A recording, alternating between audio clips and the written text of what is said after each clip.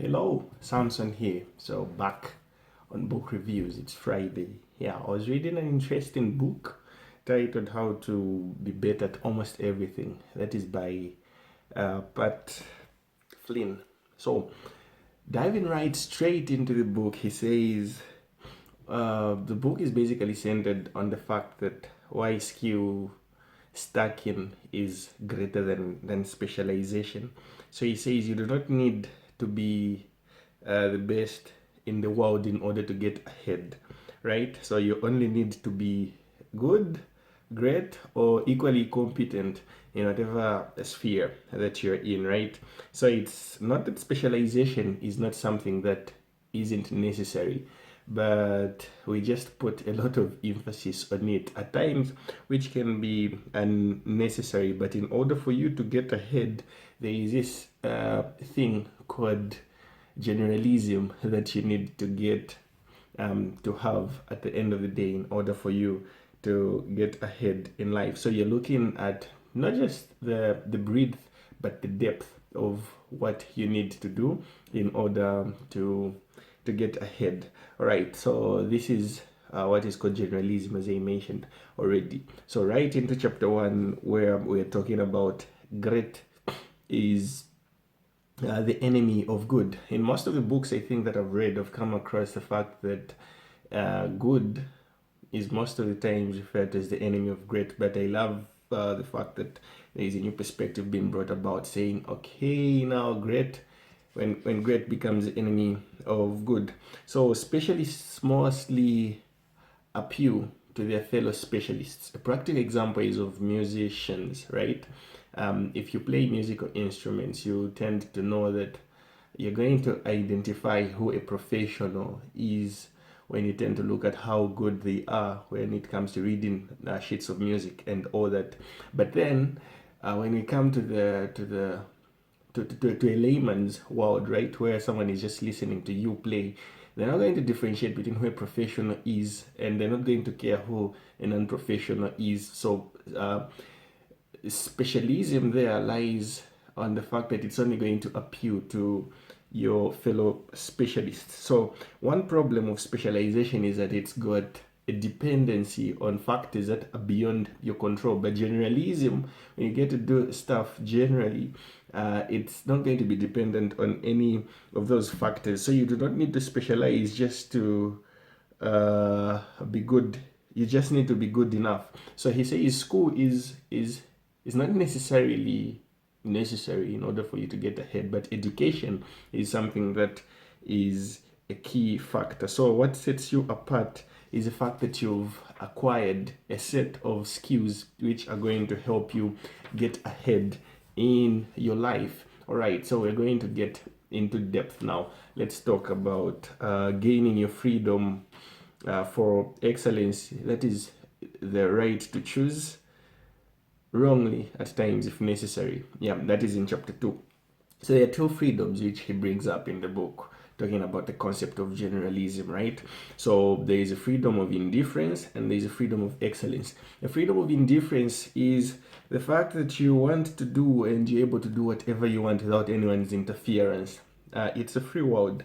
And then the freedom of excellence centers around the fact that there is stuff that you need to do and you've just limited yourself to doing stuff that you have to do in order for you to be able to get ahead. So there is a point that he makes saying generalism is important now because generalists are people who want to get better at almost everything and find happiness in doing them, while specialists are people who just want to get better and at a specific thing, maybe even competing against specific people because they just want to be specialists in that field. But generalists are people who specialize in this and that and that and that and that in order for them to get ahead. So a point to note here is you can make a lot of money. You can make a great deal of money doing the right things with the right intentions and doing something that you love.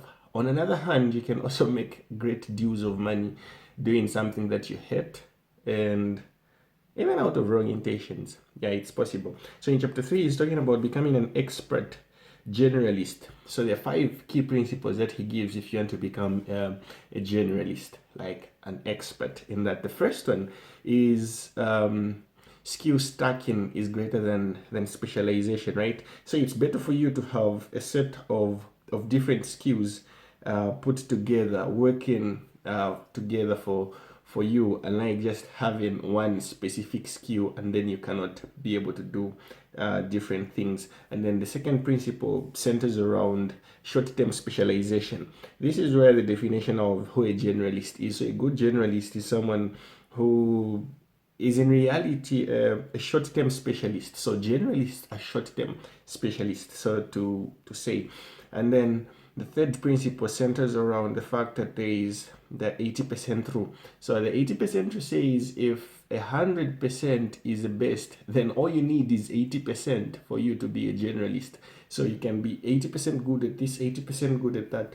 Then that's all you need in order to get ahead. Principle number 4 is integration over isolation. So the emphasis here that is being put is you only need to do things which you need to be good at. Emphasize on things that you want to be good at and get them done in order to get ahead. And then the last one, which is number 5, is repetition and resistance. So when you begin to practice, different skills, getting into different habits and all that, the thing is you need to repeat, you need to have repetition, and you need to have some resistance, which is going to drive you towards growth. So those are the 5 key principles which are going to help you become an expert generalist. So in chapter 4, he says how to practice better and improve faster. So the explanation goes deeper now, looking at the 5 principles you've mentioned, which is taking me directly to chapter 5, where we're talking about where to begin. We're talking about meta skills here, right? So meta skills, these are fundamental skills helpful in order for you to become a good generalist, someone who's good at almost everything, right? So apart from meta skills, you've got what we call interest skills. So these are skills that you might be interested in and you love to do and just get done, right? And then there are need-based skills. So these are skills which are needed in order for you to get around your interests and to get stuff that you need to get done. Yeah, so the 5 meta skill sets which he brings out in the book. The first one is discipline, which is putting yourself in a position to follow orders, hopefully your very own orders. I love the definition Jim Rohn gives about discipline. So discipline is defined as a constant biasness that you have in order to get stuff done, and you putting yourself to do the things that you need to do. So the emphasis here is the fact that discipline is empowered by your passion. So your passion is going to drive the ability for you to be disciplined. So in order to develop discipline, you need to track the habit and see that you're getting stuff done. The meta skill number 2 talking about in the book is actually focus. So a skill that lets you do something that you need to do after you've built discipline already. Number 3 is logic. So logic is ordering thoughts.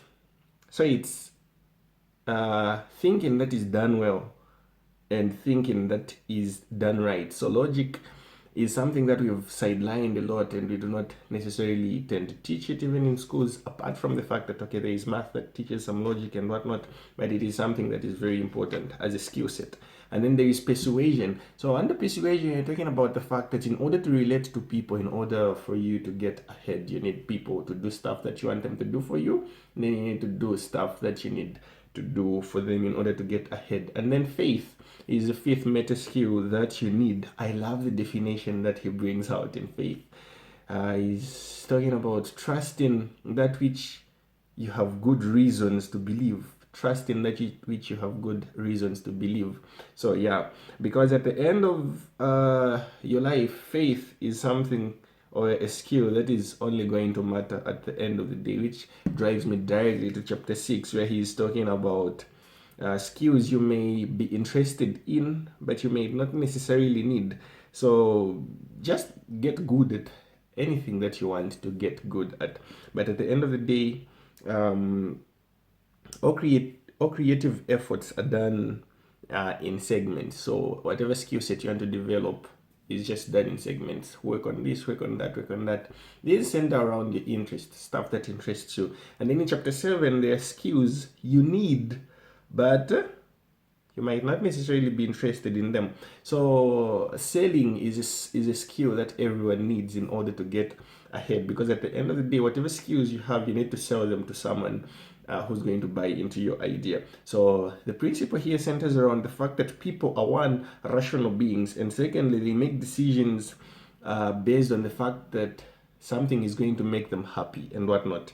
All right, so the principles center around two economic principles, I think, which are there. So that is purposeful behavior. So people do what they think is best in order for them to get the things that they want. And then secondly, we're talking about voluntary exchange. So people are either going to sell or buy because they think something is going to be beneficial to them and it's going to make them happy. So selling is basically a skill that is supposed to be developed in order for anyone to get ahead.